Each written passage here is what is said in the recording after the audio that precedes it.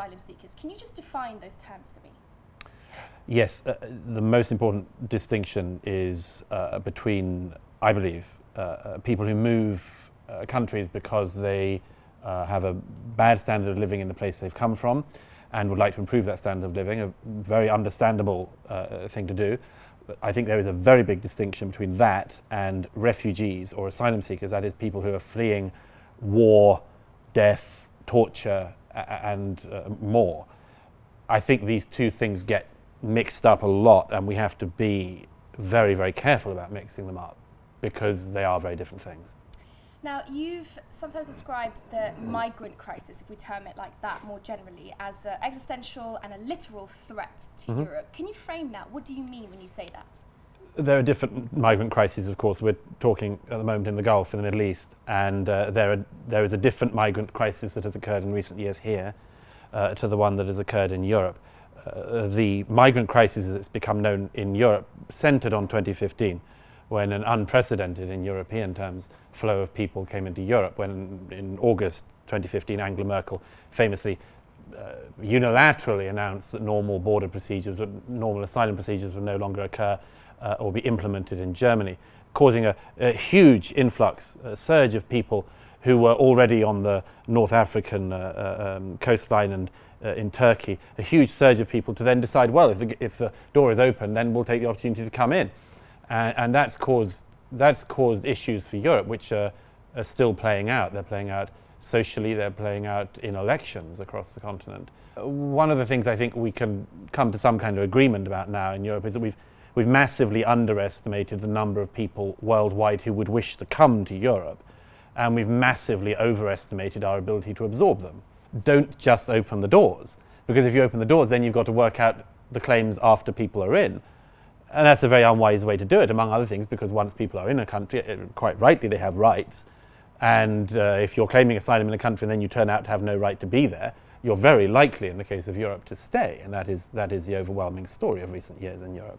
What do you do if you've welcomed people into your country, but they don't speak the language, or they lied about their background, or they lied about their age, or they lied about their status, or, for instance, none of that is true. They are actually a genuine asylum seeker, but they have no ability to work in the country because there aren't jobs. So it's not like these things just happen and then they're absorbed. I think they happen, and then for a very, very long time afterwards, after the world's eyes have turned away and after the cameras have stopped rolling, these lives continue to be lived, and they're not ideal lives. Why do you think that countries like Turkey, Lebanon, Jordan accept far more refugees and migrants and have to deal with far greater numbers than Europe, and yet the European reaction is so hostile? Why is there that dissonance between the two? Well, several things. First of all, there's a very obvious answer, which is that the countries you cited are neighbouring countries. I mean, if there was a civil war in France, I would expect there to be very, very large numbers of refugees into Sweden, the Netherlands, Britain, Germany, Spain, and so on. Second thing is, I wouldn't say, in fact, I'd strongly push back on the suggestion that there's some incredibly unpleasant attitude in Europe towards the migration. I think the evidence is quite to the contrary. There's been no significant public violence or pushback or hatred of migrants. In the context of perhaps Brexit, or if we look at the sentiment and the rise of more right-wing parties in Sweden, in Italy. But I mean, what softer response to a big issue couldn't you imagine than people being generous in person, there being absolutely no violent or unpleasant reaction, but when people have the opportunity at the polls, voting for parties that are mildly more anti-mass migration than the ones there? I mean, I think that's a fairly reasonable attitude. I think that all countries in the region and beyond the region have the question of how many people they can take and what it does in the society they're in. And the follow-on question, which is harder to answer, is, are you absolutely sure that when you open the doors, as Merkel did in 2015, that the people coming are the legitimate asylum seekers? Because in actual fact, and this is a really important statistic to get out, in 2016, the Vice President of the European Commission, Frans Timmermans, admitted that by Frontex, that's the European Border Agency's own figures, at least 60%, 60% of the people who arrived in Europe in 2015 had, quote, no more right to be in Europe than anyone else in the rest of the world. Now, this is what I think is a really big issue that has to be thought about. why is it, if you want to do a good thing and allow genuine asylum seekers in, would you end up taking 60% of the people who are not even asylum seekers? You spoke about the guilt-ridden complex that Europe seems to suffer from in your book. What does Europe have to be guilty about? You know, we had a bad 20th century in Europe. I'm talking in particular not just about the First World War, but the Second World War and the two nightmare visions that had been dreamt up in Europe before that. The nightmare vision of communism and the nightmare vision of fascism. And there are all sorts of parts of that which we're still working through, and we're trying to work out what happened. And that's a very, very good thing to try to work out, because it was something that brought the world to the absolute edge of catastrophe. To work out exactly what went wrong and to work out exactly what culpability you have for it and what you should do about it. Now, we have an interesting issue in Europe on this, which is that we are in Europe people with long memories, and we are also, I think, somewhat unfairly at a stage of believing in something like hereditary guilt, and we don't know what to do about that. So, for instance, if your grandfathers in Germany did something bad, does that mean you should open the borders in 2015 to anyone claiming to come into Germany? A lot of Germans would say yes, it means exactly that. That's why Angela Merkel opened the borders. Somebody who was right beside her at the time that she made the decision in 2015 said it was because she said, I cannot have footage of German guards at the borders turning away migrants. Well, as I say, that's a very understandable thing, but that is the working out of a psychological issue and of a political issue. I would just say that there's one other aspect of the guilt complex which is worth flagging up, which is something I think that people in all developed countries have to some extent if they're decent people, which is this: how unbelievably lucky we are to be born or to live in a developed country. But we don't know what our attitude should be towards people who've had just such damn bad luck in the places they've been born or the situations they've been born into. And something in the European psyche in particular, but I think it happens across the developed world these days, is a very understandable thing. How do I cope with this luck? And what is my responsibility to people who've been born in unlucky places? Now that's a very, very good question to ask ourselves. It's a basis of a lot of important moral discussion. And my suggestion to you is that this sets up an entire set of problems, not just for the places that people are leaving, but for the places they're going to.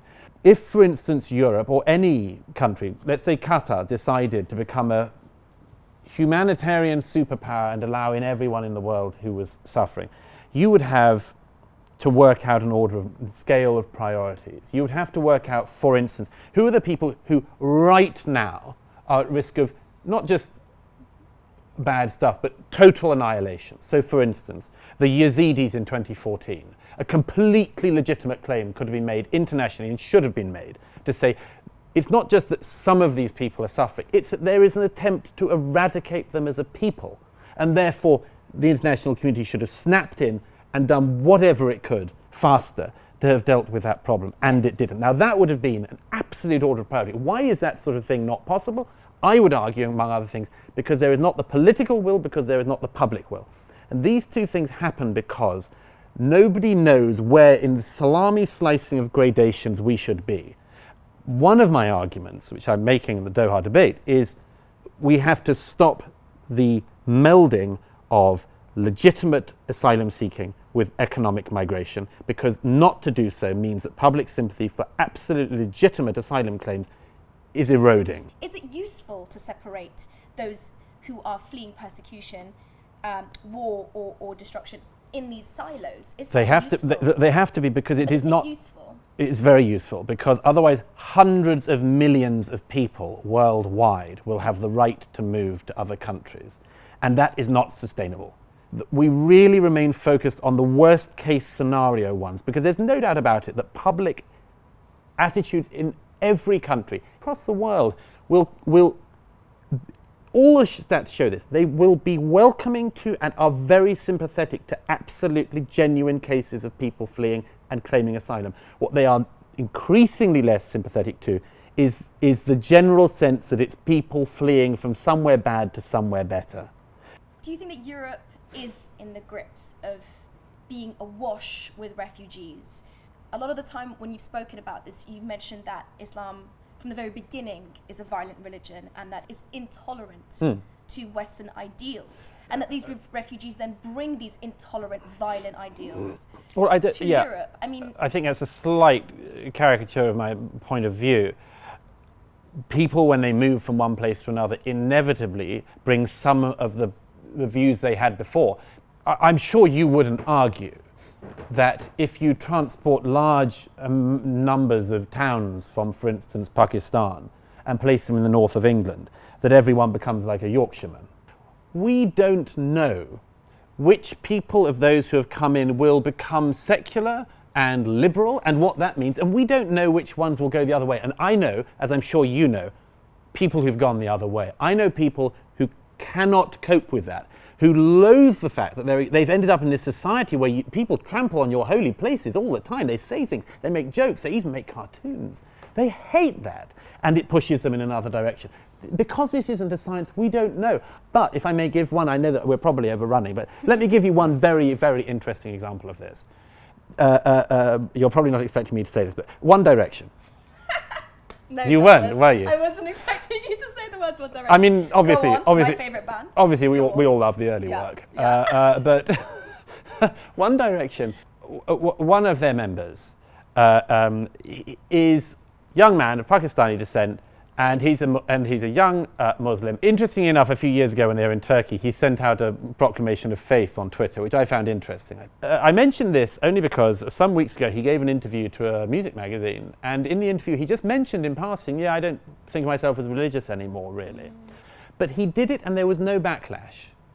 And that was one of those times, and I can compete at the Olympics for pessimism on the issues of integration.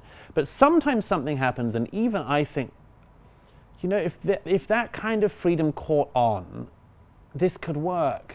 So there's hope. And I just loathe that it might come from One Direction. It's got to come from somewhere. Douglas Murray, thank you so much for joining us. Great pleasure.